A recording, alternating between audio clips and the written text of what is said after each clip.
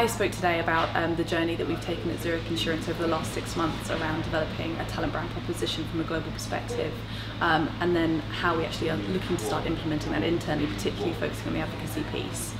So we have a very strong starting point with our global talent brand, but what we had to do was make sure that we were able to apply that to our talent audience, and so we undertook a piece of research with the university across the globe where we could identify the key attributes that made us desirable, what those internal experiences were like, and then how we would benchmark against our future requirements from the talent perspective.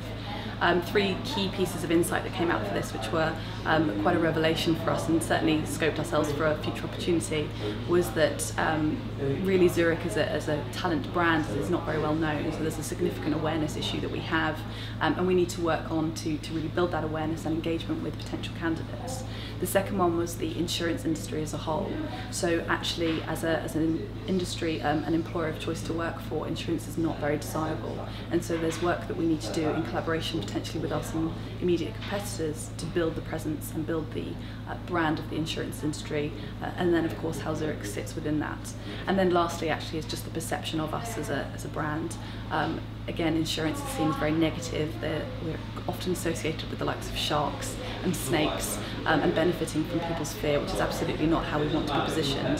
So there's a lot of work that we need to do to reposition that ourselves with the brand proposition that we can pull together. I then went on to talk about the advocacy piece, and how we would segment our key audiences internally to start identifying who we needed to communicate this journey with, and how we would start to optimise and leverage the talent brand proposition both within and externally. And so there are some key strategic things that we would do around this, around engagement and different comms plans, to ensure that we were really working with our internal teams and external stakeholders to ensure that we were able to authentically communicate and validate this brand proposition. So for me, the key takeaways were really around ensuring that we spoke to people with personality and use technology for process. So making sure that we recognise that this is still a very personal journey that people are going through. We have to treat them with that humanistic and emotive sense of being. Secondly, was really around making sure that you don't state the obvious. Let's think about what's relevant to these people and how we can add value through our communications, making sure that we're communicating them across the right platforms at the right time. Thirdly was around making sure you had the right people around you, both internally and externally, ensuring that the right people were at the table to help you deliver against your goals.